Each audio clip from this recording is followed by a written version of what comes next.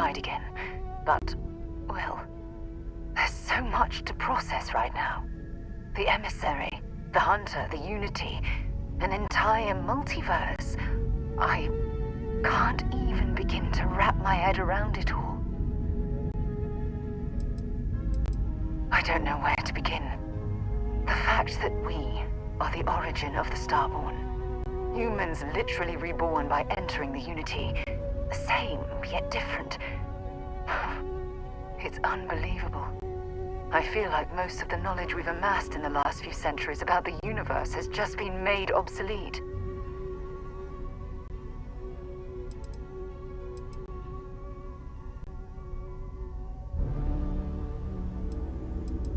Yes, that's exactly right. Humans are clearly a victim of their own success. We've been pushing further and further outwards from our home, when we should have spent more time being prepared for the consequences. Our current problem relates closely to the nature of humans as a species.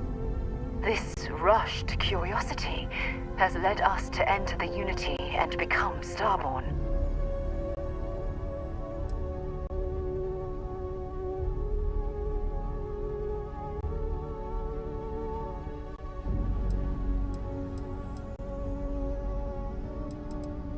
But it has made a difference. Here we are, caught in the middle of some sort of needlessly violent crusade between the hunter and the emissary. You'd think that a technologically advanced society would have evolved past petty squabbling over something like the artifacts. It almost makes me wonder if entering the Unity has done them more harm than good.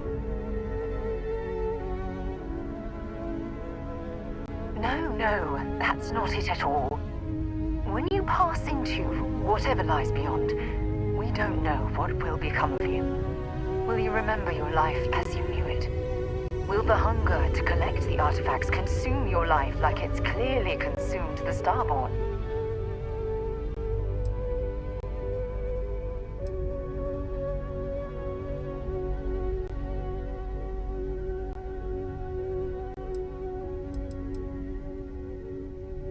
I'm just as curious to find out what's on the other side as well, but that's not the point.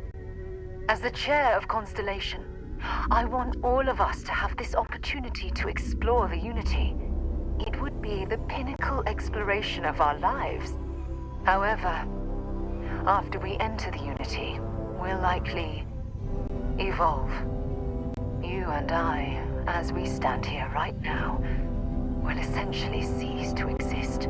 You're a respected colleague, and I wouldn't want to lose you.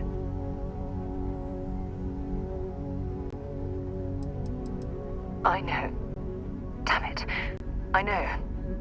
Listen. I realize nothing that I say is ever going to change your mind or diminish the enticement of this incredible opportunity. All I ask is that you research the facts before you blindly stumble off into the unknown.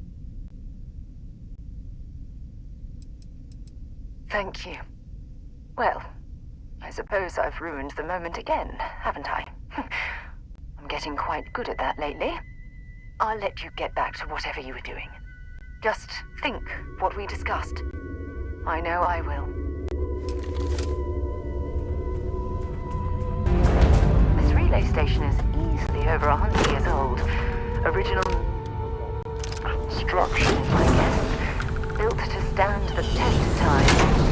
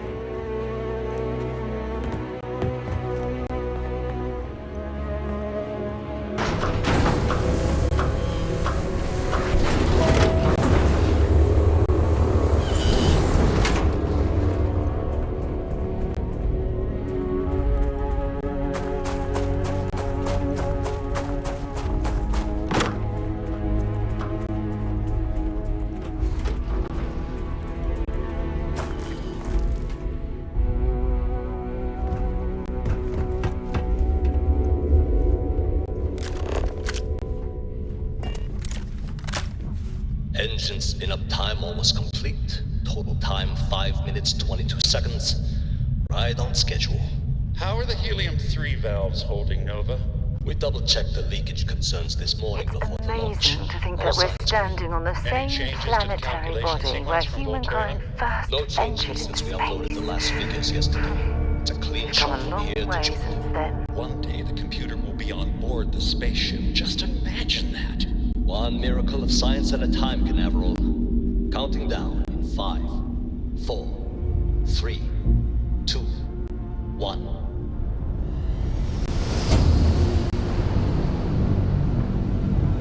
Canaveral, are you reading? All clear, Nova. Indicators look good.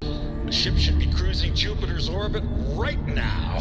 Visual confirmation will be possible in 32 minutes.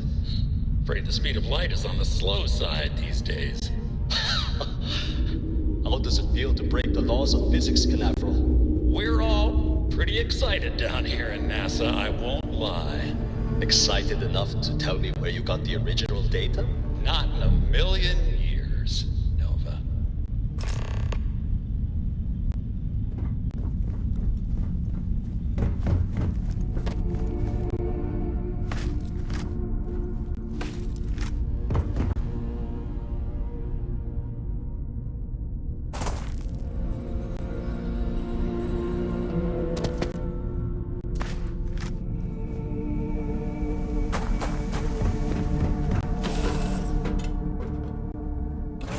Crew accounted for.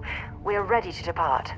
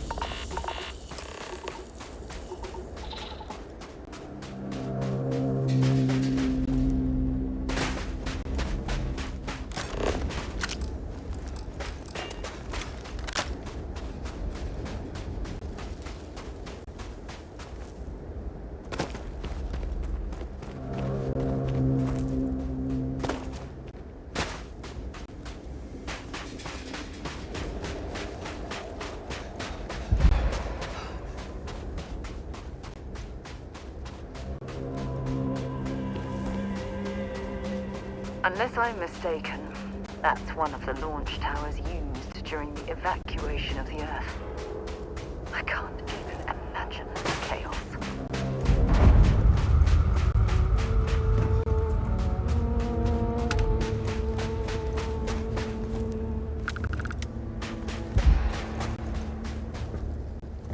The most likely way into the NASA facility would be via an elevator shaft taking us straight down.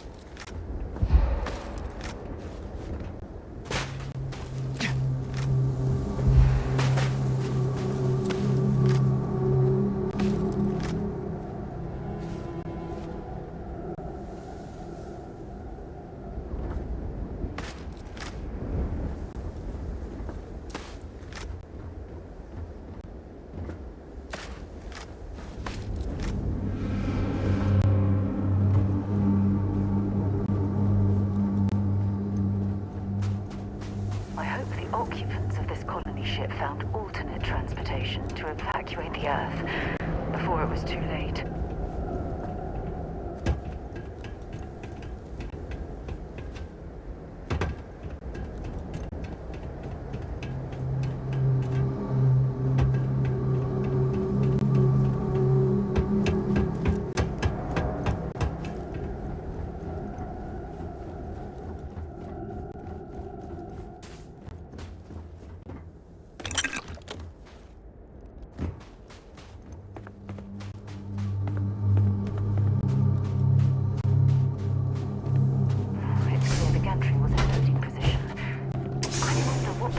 This particular colony ship from lifting off. The lift system seems to be completely offline. We should search for a way to restore the power and get it back into operation.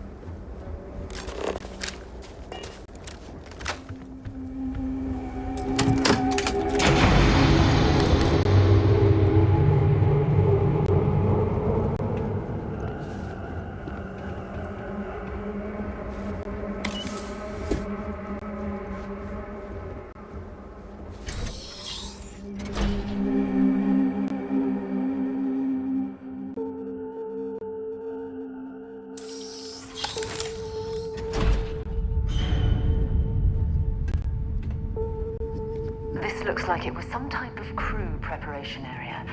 Probably the last step before boarding. It's definitely seen better days.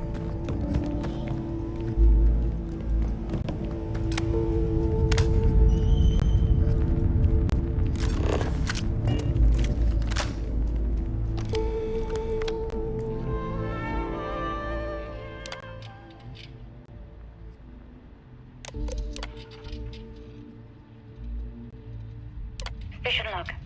Dr. Judith Tatien. I've been trying to cozy up to Dr. Victor, to see what is going on.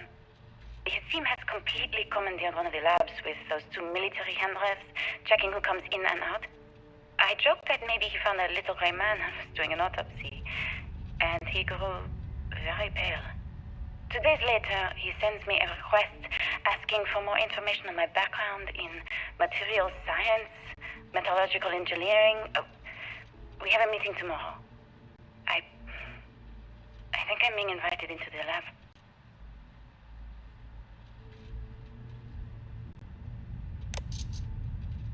Station log.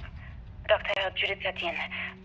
I have never been so nervous since I defended my dissertation.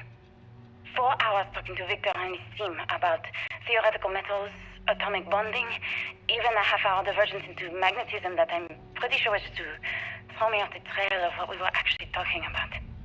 Then, I got to see the lab. I don't know how much I should say, but the periodic table just got thrown out the window.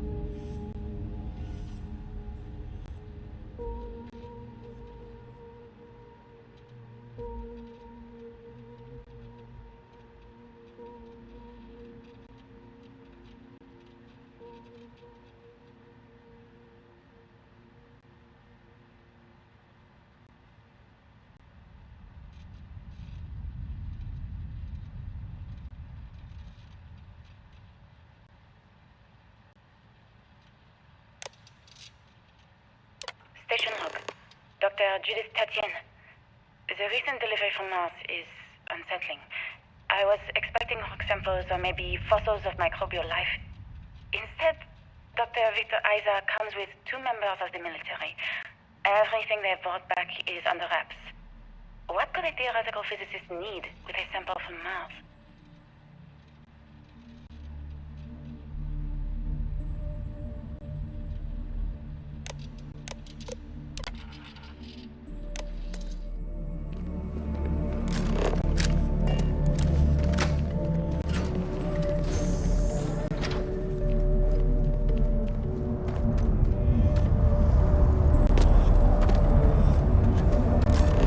Look at all this structural damage. We need to be careful around here.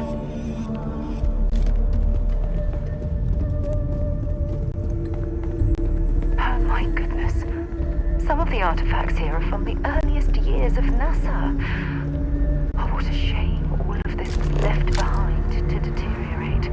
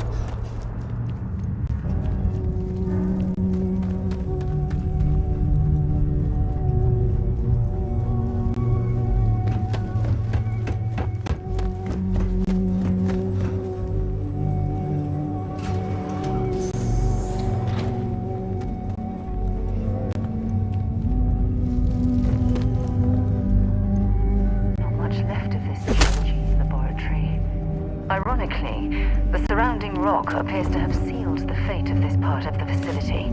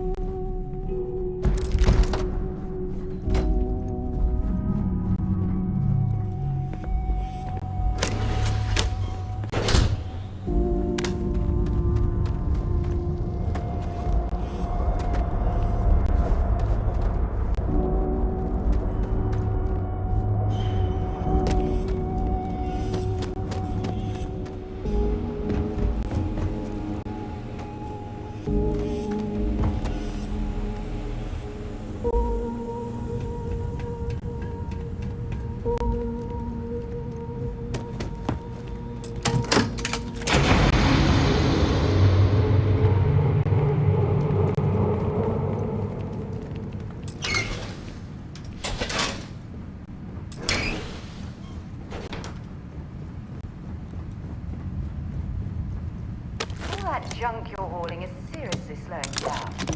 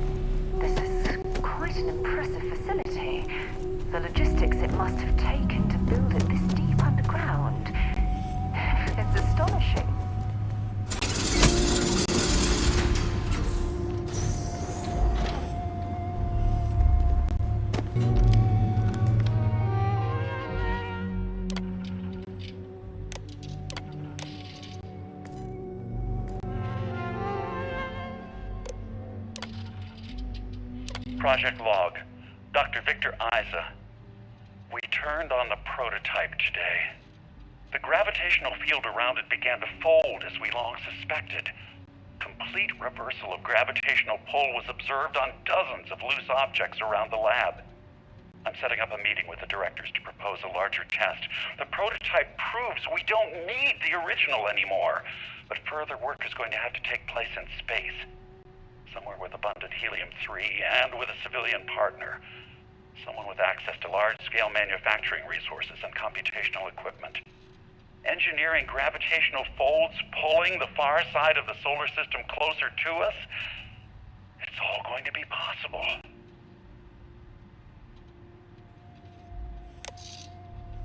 Project Log, Dr. Judith Tatian. I watched the gravjite tests from the moon today.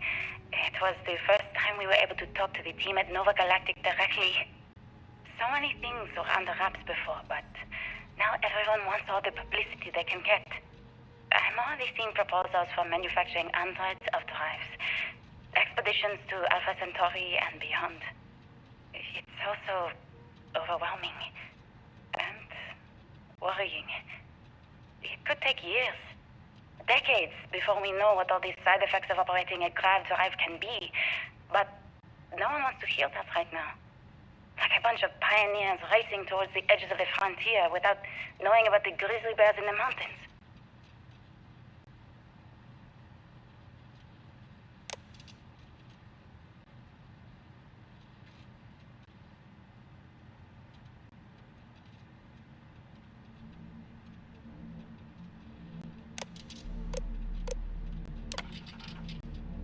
Project Log, Dr. Victor Isa. We turned on the prototype today.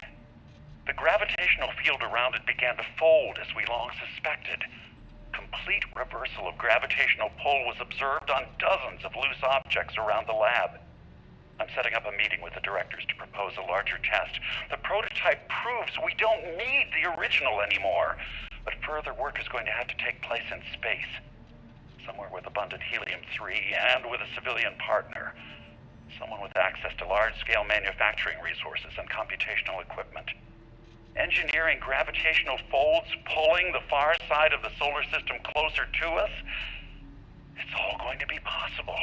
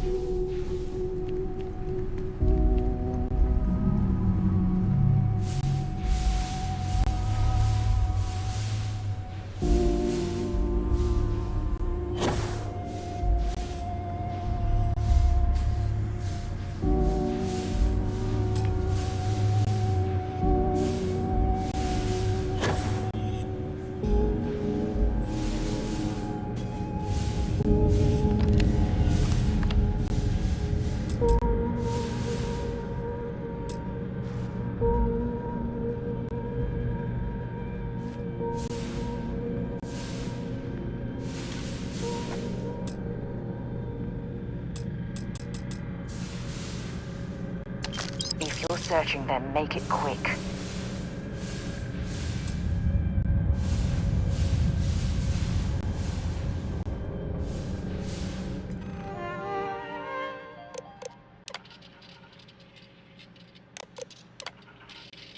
I never actually got to visit your labs back when we were working on the grav drive projects. Seems like ancient history now. Only thing we're doing these days is launching weather satellites. Guess this is as good a retirement as any. Now, Project Demeter, you want our help manufacturing scanners to better track these new meteorological patterns we're seeing. Our guess is that the poles might be naturally shifting, causing some gravitational fluctuations that are throwing off our old models. Why do you need the scanning tolerances to be so small? What are you trying to find? I just want to be sure. doing much these days anyway. The glory days are over. Why not give ourselves a challenge before they write us off in the history books?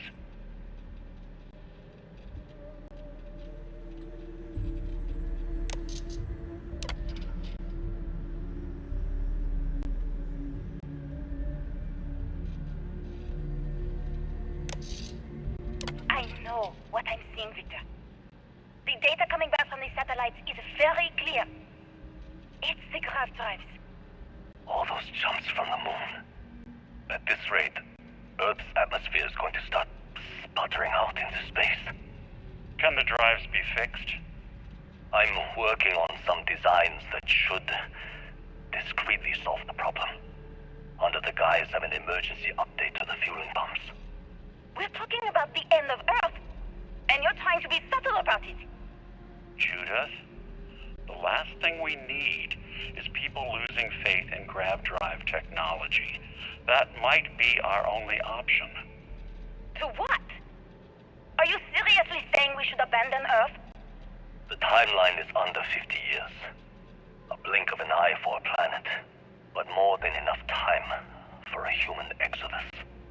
And what do we tell people?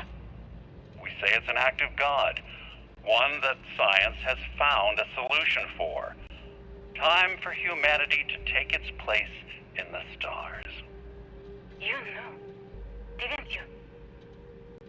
You lied to me. All this time, I dedicated my life to this discovery, Victor. And you knew we were going to kill off our planet? You haven't seen the future I've seen. There's an infinite expanse of promise out there. A meteor could hit Earth, a plague, another world war. Colonizing other galaxies secures humanity's future for all coming generations, across all time. At the expense of our home. Stop it, both of you. All that matters is building enough ships to get everyone off this planet. And we need to start now. I'll draft up a statement. We'll need to address the entire international community. I'm sorry, Judith. There isn't a planet in this universe that will be far enough away from you, Victor. We are never speaking again after this is over.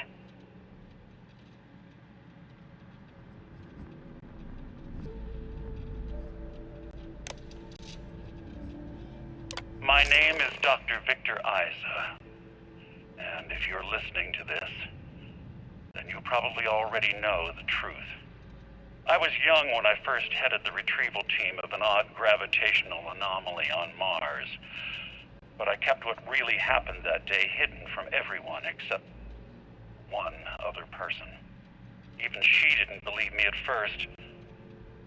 But I have no reason to lie to anyone now, so I hope you'll accept this confession, whoever you are. When I touched the anomaly, I experienced 12 days of lost time. I met myself. He told me everything that has since come true. The grav drive equations, the tests on the moon, Earth's atmosphere sputtering away because of what we had done. But he also told me about a city thriving on a planet orbiting a distant star. Human culture, art, music, lifestyles evolving and shining brightly across all of space. What price would I be willing to pay for that future? Maybe you don't believe me. Maybe Judith was right and I'm just a coward who wants to believe his mistakes were justified. But everyone has forgotten about the real origins of the grav drive, this artifact from Mars. I hope you make better use of it than I did.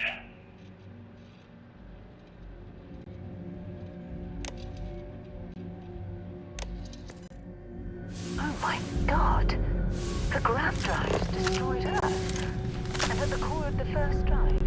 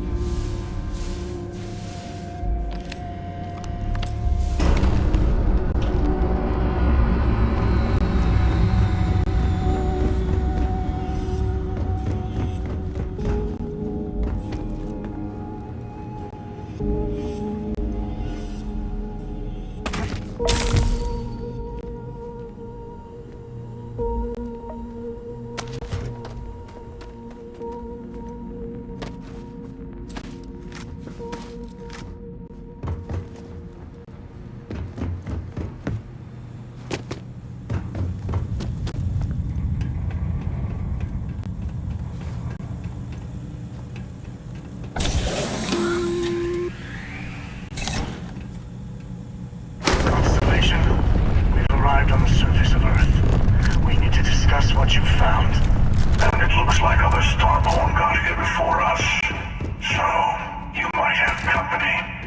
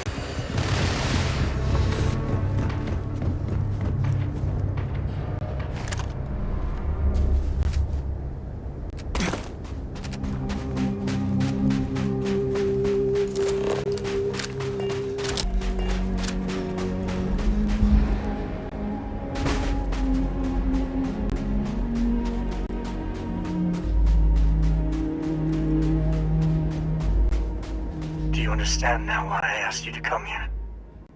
The artifacts unlocked the secret of interstellar travel. At the cost of Earth. An easy trade, honestly. Why have one world when you can have all the settled systems?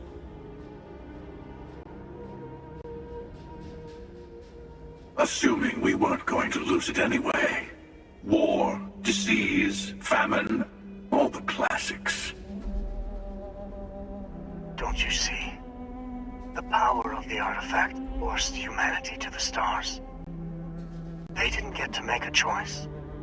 How many would have chosen Earth? What gave Victor Isa the right to choose for them? You see the hypocrisy in what the emissary is saying, right? They don't want to rob people of their free will, but then they steal the artifacts for themselves. In the wrong hands, the power of the artifacts can make anyone a tyrant. That is why we watch over them. The only thing you are watching out for is yourself.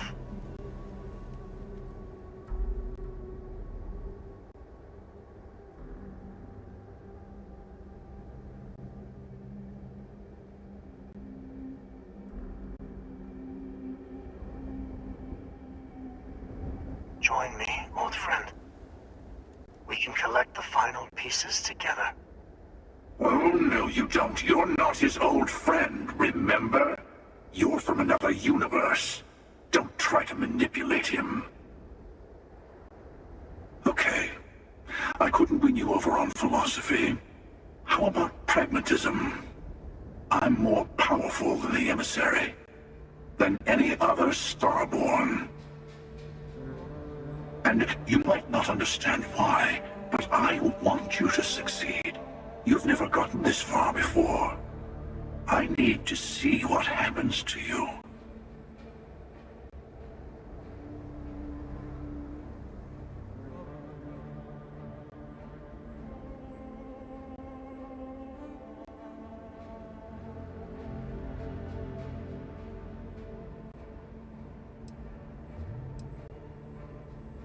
Thank you. Well, can't say I didn't try. We'll settle this at the usual place. The buried temple. We'll be there.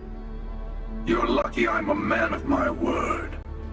I'll see you there. Stay for a moment. You must have questions about what happens next. We will not be able to go to the buried temple right away. There are still other artifacts out there in the settled systems that haven't been gathered. You will need to work with your colleagues in Constellation to find them. There's always a final artifact in a specific temple. The Hunter and I agreed that whoever you sided with, the other would wait there. Expect anything and everything. Other Starborn, human mercenaries and defenses, alien creatures under mind control. It's all fair game.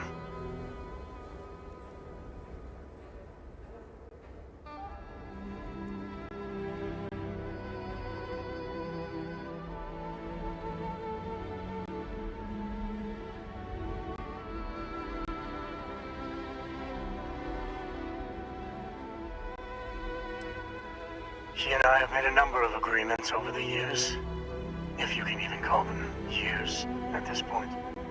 We let him go. In exchange, he'll wait at the buried temple. You'll be able to prepare any way you can before then.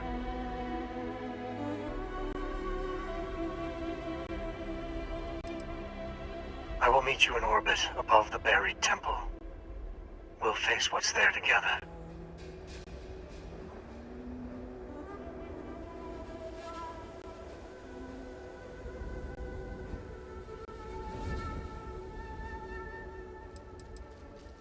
All of the other artifacts need to be gathered before the final one will reveal itself. I will be bringing mine. The Hunter will be bringing his. And you will need to bring the rest. All of the ones Constellation can find.